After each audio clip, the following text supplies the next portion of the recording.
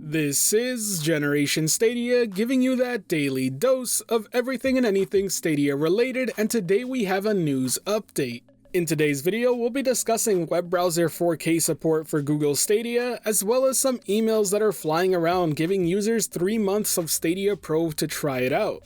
But before we get into all that, we have to discuss 2 new games that have been recently announced coming to Stadia, and if you're a puzzle fan, you're in for a treat. First up is the Turing Test. It's a challenging first-person puzzle game set on Jupiter's moon, Europa. In this game, you'll be playing as a space engineer named Ava Turing, and you're sent off to Europa to find out why there has been a disappearance of the ground crew stationed there.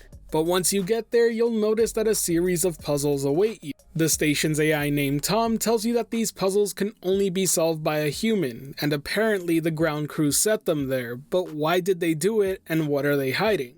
You're going to have to learn how to harness the ability to transfer power between machines using your energy manipulation tool, providing a unique twist on gameplay mechanics and puzzle logic. The game will give you plenty of challenging puzzles to solve while also offering a story of multiple layers of depth and conspiracy. I have to say, what I've seen of the game so far, it gives me some heavy Portal vibes, and that's a really good thing because I love that game.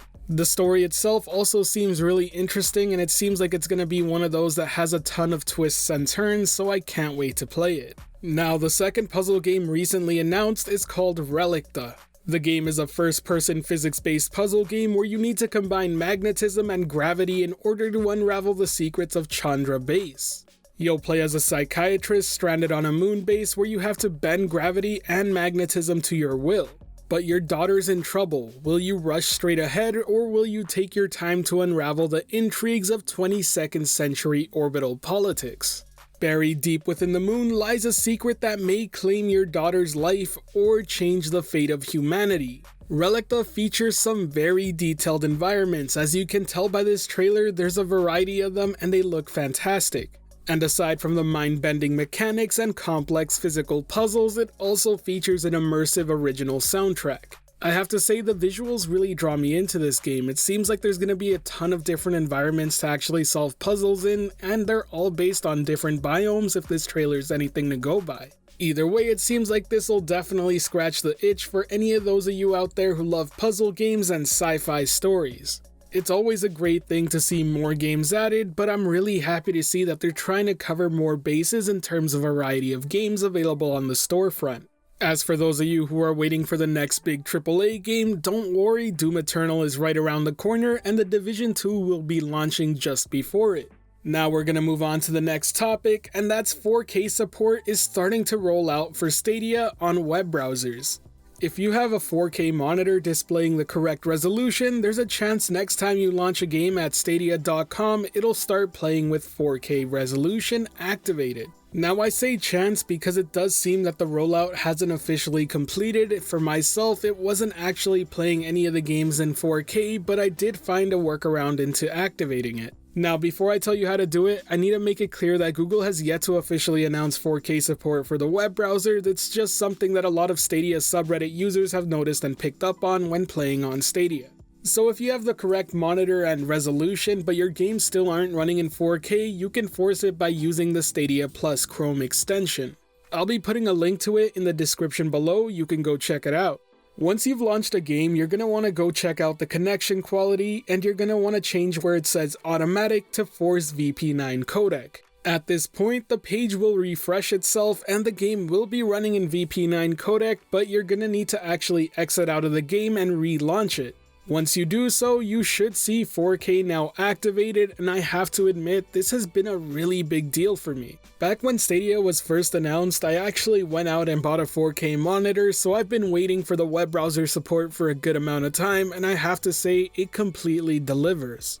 Games running on my monitor now look a ton better than they used to, and interestingly enough, for some reason, they feel a lot better to play, but I'm not sure why this is. It could be down to the VP9 codec, but you may have heard me before state that GeForce Now ran better for me. That's no longer the case. Stadia on 4K, for some reason, runs a lot better on my web browser than it does on my Chromecast or GeForce Now. I honestly thought I was going crazy, so I decided to test it out on the old codec while using a different browser, and yes, that experience pales in comparison to the new one. I'll be sure to run more tests about this and let you know my findings in an upcoming video. It really is great to see that Stadia is starting to roll out those features that everyone's been requesting, and all of this is going to build up to the Stadia base launch. Just in the past few weeks, we've gotten additional Android phone support, 4K gaming on a web browser, as well as the capture exporting just a few days ago. The next two features we can expect to roll out are going to be the wireless gameplay on the web through a Stadia controller and further assistant functionality when playing on the web. And if you're wondering how I know this, it's because Google mentioned it back in January, stating that these 4 features were coming to the platform Q1 of 2020. But now we're going to talk about the last news topic we have to discuss today, and it seems to be one revolving around getting more users into the Stadia platform. It appears Google's been sending out emails to Chromecast users regarding a 3-month free Stadia Pro trial.